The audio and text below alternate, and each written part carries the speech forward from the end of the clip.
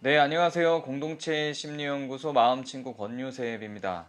오늘은 심리치료와 인문학 세 번째 강좌입니다.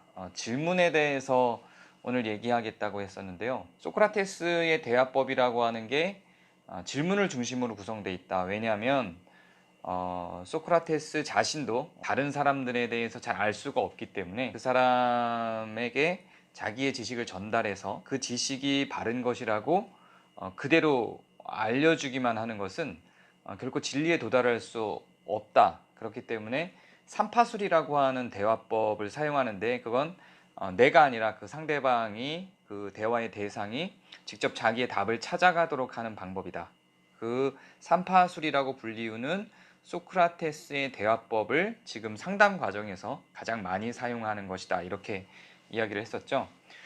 그리고 그런 방법에 대해서 더 심도 있게 접근한 사람이 하이데거입니다. 하이데거가 주장했던 굉장히 많은 질문과 관련된 이론들이 있는데요. 그런 것들을 하나하나 다 설명하면 너무 철학적이고 상담과 상관도 없고 너무 추상적으로 흘러갈 것이기 때문에 이 시간에는 간단하게 소크라테스의 대화법과 관련해서 간략하게 생각해 볼 수 있는 여지만 나누고자 합니다. 하이데거가 요청한 질문의 주제는 존재물음이라고 하는 것입니다. 사람이 정체성과 주체성을 상실하는 이유가 뭘까? 사람이 존재에 대해서 고민하지 않기 때문에, 혹은 그 존재에 대한 감이 없기 때문에 정체성과 주체성을 상실하고 살아간다고 보는 거죠. 그래서 인간은 누구나 고통의 끝자락에서 혹은 기쁨의 끝자락에서 만나게 되는 게 뭐냐면 존재에 대한 물음이라는 거예요. 사회적으로 구성된 많은 장치들은 사실상 그 존재에 대한 물음을 가로막는 역할을 하게끔 되어 있습니다. 왜냐하면 인간은 누구나 각자성을 가지고 있습니다. 각자성이라고 하는 것은 남들과 다른 나의 어떤 독특함이겠죠.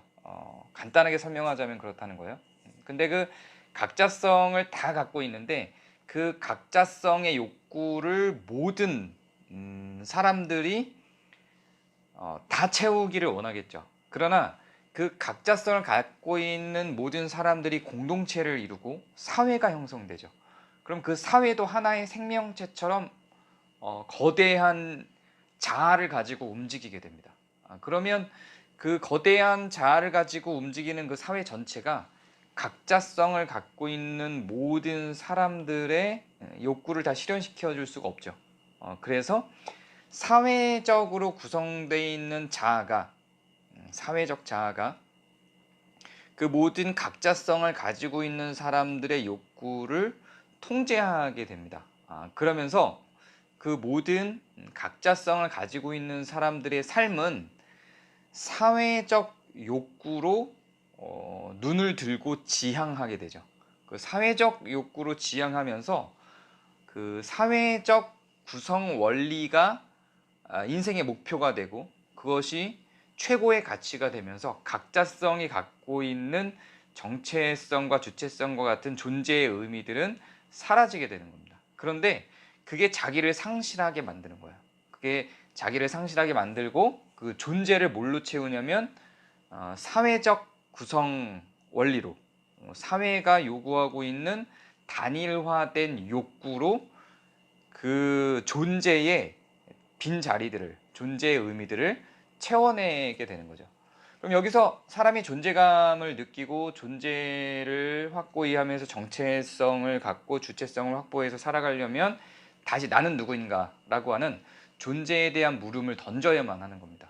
사회가 정형화시켜서 만들어낸 존재자가 아니라 실제로 본질적인 각자성을 갖고 있는 나는 누구인가 라고 하는 것을 물어보게 만드는 거죠. 그게 상담사가 내담자에게 해야 될 질문입니다.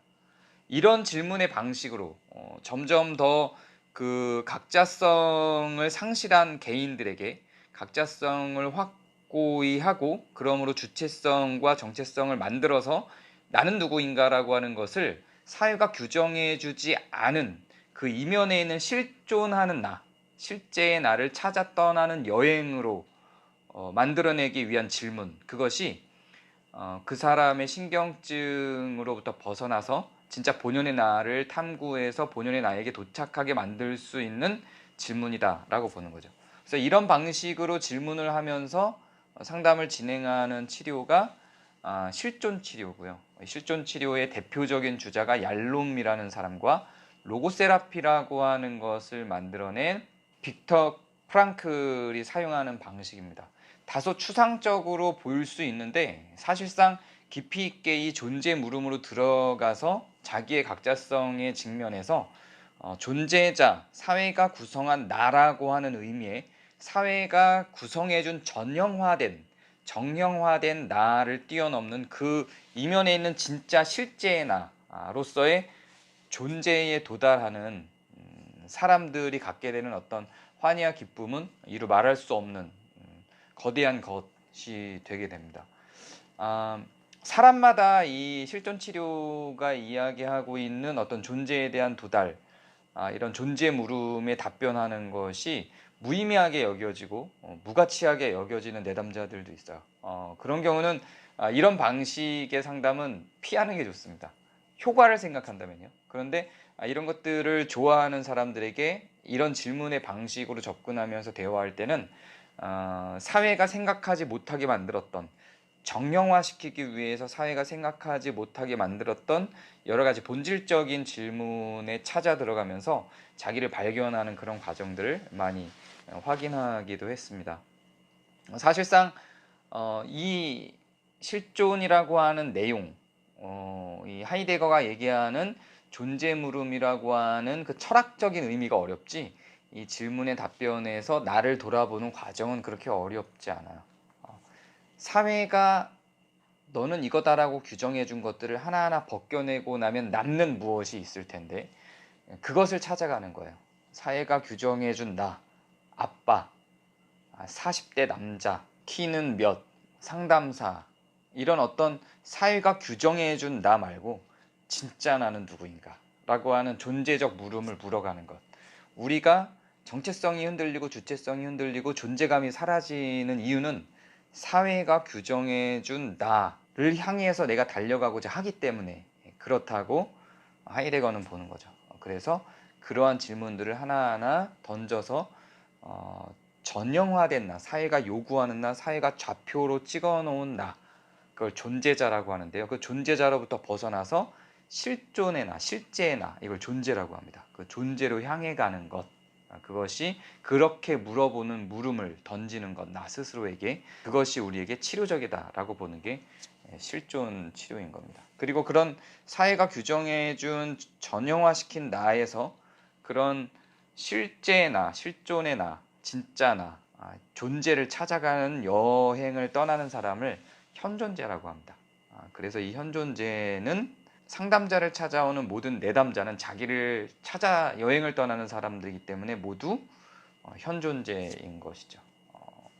환자라거나 어디가 잘못돼서 온 것이 아니라 잃어버린 나, 사회가 구성해준 나의 이면에 있는 진짜 나를 찾아온 사람들이다 라는 생각으로 내담자들을 대하게 됩니다.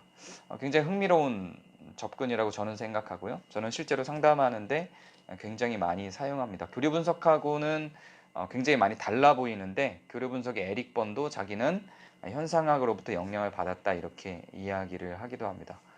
인문학이, 특히 현상학이 상담에 끼친 영향은 작지 않습니다. 이렇게 하나하나 그 영향, 상담학과 심리학의 이면에 있는 인문학적 요소들을 찾아서 하나하나 살펴보도록 하겠습니다. 감사합니다. 오늘은 여기까지 하겠습니다.